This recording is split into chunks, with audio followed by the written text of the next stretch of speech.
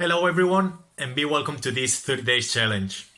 Me llamo Enric, soy de Barcelona, and I'm going to be your Spanish language teacher for the next 30 days. As you probably know, we'll be focused on grammar, specifically on the subjunctive verb tenses. No worries at all if you find them a little tricky or complicated to understand at the beginning. We'll be practicing them in the most comfortable and relaxed way, having a look at the wide range of examples. So if you're ready, let's get started. So first things first, today we're starting with section 1. Just to remind you that it's really important to have a look at the text before we get through the analysis, okay? So let's get to it.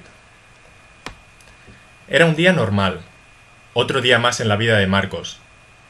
Aquel día, él se despertó a las 7 de la mañana, como todos los días entre semana, de lunes a viernes.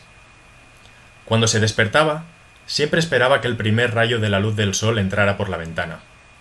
Así que, al final, siempre se levantaba a las 7:15. Después de levantarse, caminaba hasta la ventana y la abría para ver la calle. La calle desde su apartamento siempre estaba llena de gente y de coches, y por allí había mucho ruido. Pero aquello no era problema para él, porque tenía un sueño muy profundo. No había ningún ruido que lo molestara mientras dormía. As you have probably noticed, both verbs highlighted in yellow are used in the same subjunctive tense, which is Pretérito Imperfecto. But when are we using these tenses?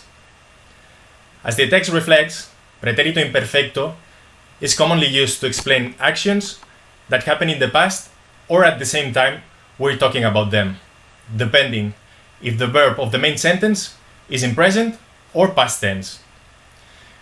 In the first case, Marcos first waited for the first ray of sunlight to come through the window. And the second case, both actions, there was no noise, and he slept take place at the same time. Clear, right? However, as we will see in the next lessons, we can also use them when the main clause is in present and future actions. But in this case, why can we use the pretérito perfecto compuesto haya entrado o haya molestado?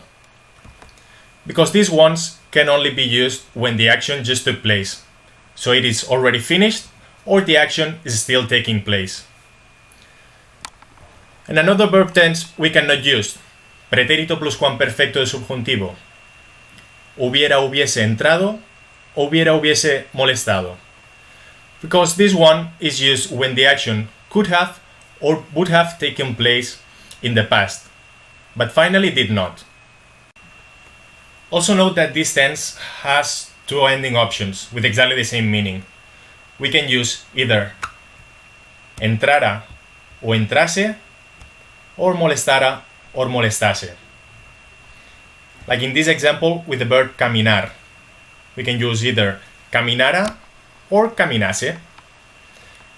Taking this example, would you be able to complete the whole table with the verbs entrar and molestar?